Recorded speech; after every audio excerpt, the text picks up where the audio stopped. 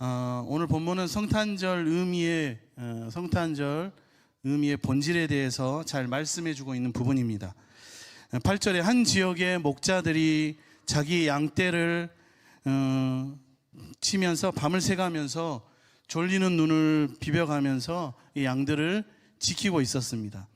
9절에 보니까 그때 주의 사자가 천사가 이 양떼를 치는 목자들에게 나타나서 그들 곁에 서게 되는데, 그 천사 주변에는 주의 영광의 광채가 번쩍번쩍 빛나고 있었습니다. 그래서 이 모습을 지켜보면 목자들이 순간 숨이 막히면서 이거 어떻게 해야 되나 깜짝 놀라고 어쩔 줄 몰라 하는 모습이 떠오르게 됩니다.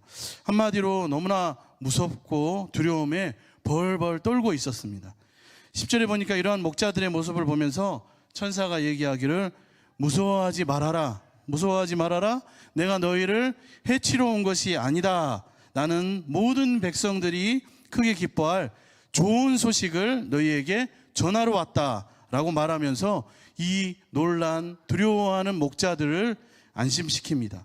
11절에 보니까 그 기쁜 소식은 바로 오늘 다윗의 동네 베들레헴에서 너희를 위하여 너희가 그렇게 기다리고 고대하고 있었던 구세주가 메시아가 태어날 것이니 곧 너희의 그리스도이시고 너희의 주님이 되실 것이다 라고 말씀했습니다. 그 증거로 너희는 포대기에 강보에 쌓여 구유에 뉘어 있는 갓난아기를 볼 것이다. 13절에 보니까 이 기쁨의 소식을 전하자마자 갑자기 수많은 하늘의 군사들이 그 천사와 함께 노래를 부르면서 따라해 보세요. 가장 높은 하늘에서는 하나님께 영광, 땅에서는 하나님의 은총을 받은 사람들에게 평화 하면서 이렇게 하나님을 찬송하는 본문이 오늘 내용입니다. 오늘 이 말씀이 또 하나님을 찬양하는 이 모습이 예수님이 태어나신 예수님 탄생의 본질과 무슨 상관이 있겠습니까? 첫 번째, 천사는 이 기쁜 소식을 오늘 본문에 보니까 누구에게 가장 먼저 전하고 있었어요? 목자들에게, 양치는 목자들에게 이 기쁜 소식을 가장 먼저 전하고 있었습니다. 이스라엘 백성들은 성경 구약 읽어보면 구약 시대부터 쭉 자신들을 구원해줄 메시아를, 구원자를 기다리고 있었는데, 그들이 고대하고 기다리고 있던 이 기쁨의 소식, 메시아 탄생의 소식은 그 당시에 아주 잘 사는 사람들, 돈 많은 사람들, 권력을 가진 사람들, 상류층 지도자들에게 먼저 알려진 것이 아니라 밤에 조그마한 양떼들을 소중하게 지키고 있었던, 정말로 하루하루 끼니를 때우고 살아가는 가난한 목자들에게 먼저 이 기쁨의 소식이 알려졌습니다. 여기서 우리가 한 가지 주목해야 될 것은, 잘 봐야 될 것은, 이 목자들은 자신에게 주어진 일들을 불평불만 없이 충실하게 감당하는 자들이었다는 것입니다.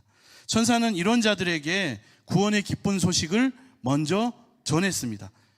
낮은 자, 겸손한 자, 자신의 의무와 본분을 충실하게 지키는 이 목자들에게 구원의 기쁜 소식이 가장 먼저 전해졌다는 것에 우리는 주목해야 합니다. 이러한 자들과 하나님이 함께 하신다.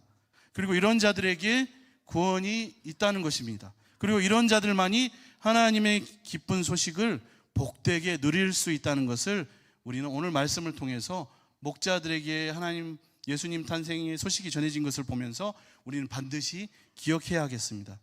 여러분, 예수님께서도 그러한 모습으로 살아가셨습니다. 낮은 자로 살아가셨습니다. 겸손한 자로, 겸손의 왕으로 오셨습니다.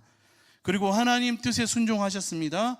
그리고 하나님 말씀에 성실하셨습니다. 그래서 성탄의 본질은 낮은 자, 겸손한 자, 자기의 의무와 본분을 충실하게 행하는 자에게 소망을 주는 복된 소식입니다. 성탄절은 이러한 자들과 우리 하나님이 함께 하신다는 하나님의 선포이시고 약속이십니다. 이 기쁨과 은혜를 누리는 저와 여러분, 우리 모두가 되시기를 축복합니다. 다음으로 여러분, 예수님께서는 어떤 장소에 탄생하셨는지 아십니까? 바로 마국간에서 포대기에 강보에 쌓여서 구유에 가축의 밥그릇에 태어나서 누우셨습니다. 12절에 이것이 너희에게 표적, 증거라고 말씀하십니다. 무슨 증거고 무슨 표적입니까? 바로 구주가 너희를 위하여 탄생하셨다는 것입니다. 왜 그렇습니까? 만약 예수님께서 이 세상의 왕이나 지도자나 부유층 가운데서 태어나셨다면 오늘 이 가난하고 천한 목자들이 11절 말씀처럼 너희를 위하여 라는 이 말씀을 믿을 수 있었을까요? 그렇지 않죠. 왕들에게 태어나지 않고 가난하고 가축의 밥그릇에 너무나 비천한 곳에 태어나셨기 때문에 너희를 위하여 예수님이 탄생하셨다라고 이렇게 말씀하십니다. 아마 목자들은 이러한 부유층 가운데, 권력자들 가운데서, 상류층 가운데서 예수님이 태어나셨다면 예수님을 보지도 못하고 가까이 가지도 못했을 것입니다. 접근할 수가 없었을 것입니다. 그렇지 않겠습니까? 그러나 예수님은 가장 비천한 몸으로 성육신 사람의 모습으로 오셨습니다. 그것도 마국간에서 가장 낮은 자로 오셨습니다. 이것이 바로 너희를 위하여 탄생하셨다는 것을 직접 보여주신 표적이고 증거라고 할 수 있겠습니다. 낮은 자로 가장 높은 자가 되신 예수님, 그분이 바로 저와 여러분 우리를 위하여 탄생하셨습니다. 할렐루야. 자, 그리고 나서 14절에 보니까 갑자기 수많은 하나님의 군대가 나타나서 천사들과 함께 지극히 높은 곳에서는 하나님께 영광이요 땅에서는 하나님이 기뻐하신 사람들 중에 평화로다 이렇게 찬양하고 선포했습니다. 이 말씀 속에 성탄의 본질이 또 들어있습니다. 지극히 높은 곳에서는 하나님께 영광이요 라고 했습니다. 예수님의 탄생은 하나님께 영광이 된다는 뜻입니다. 그럼 예수 그리스도께서 하나님께 영광이 되는 이유가 무엇입니까? 그것은 우리를 구원하시기 위한 하나님의 뜻이 예수 그리스도를 통해서 이루어졌기 때문에 그렇습니다. 하나님의 사랑과 구원과 공의가 예수 그리스도를 통해서 나타났기 때문에 하나님께 영광이요입니다. 두 번째, 땅에서는 하나님이 기뻐하시는 사람들 중에 평화로다 이렇게 했습니다.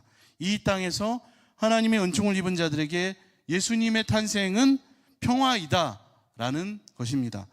왜 하나님의 은총을 입은 자들에게 그리스도와 예수 그리스도의 탄생이 평화일까요? 그것은 지금까지 죄로 인하여서 하나님과 멀어지고 하나님과 분리되고 하나님과 막혔던 모든 장애물과 큰 장벽들이 바로 예수님 탄생을 통해서 다 제거될 것이기 때문에, 그래서 하나님과 우리가 화해하게 될 것이기 때문에 바로 평화입니다. 예수님께서 이 땅에 가지고 오신 평화의 본질은 무엇일까요? 그것은 우리의 죄를 완전히 용서해 주신 것입니다. 예수님으로 인해서 하나님과 함께 할 수 있는 것, 그것이 바로 따라해 보세요. 샬롬, 완전한 평화입니다. 예수님은 하나님께 영광이 되었고 우리에게 평화를 주시기 위해서 우리에게 오시고 탄생하셨습니다. 여러분, 이 진리를 잊지 말며 성탄의 기쁨을 누리고 하나님께 오늘 감사하는 여러분들이 다 되시기를 축복합니다. 기도하겠습니다. 사랑의 하나님, 오늘 우리에게 오셔서 무한한 기쁨과 평화를 주심에 감사를 드립니다. 죄로 인하여 하나님과 단절되고 멀어졌던 우리를 구원하시기 위하여 가장 낮은 곳으로 오셔서 십자가에 죽기까지 순종하신 예수님 감사를 드립니다. 겸손의 왕으로 오셔서 낮고 천한 우리에게 진정한 부요함과 영원한 생명을 주신 주님께 이 시간 우리 모두가 감사하며 준비한 순서를 올려드립니다. 기뻐 받아 주시옵소서. 감사드리며 예수님의 이름으로 기도드립니다. 아멘.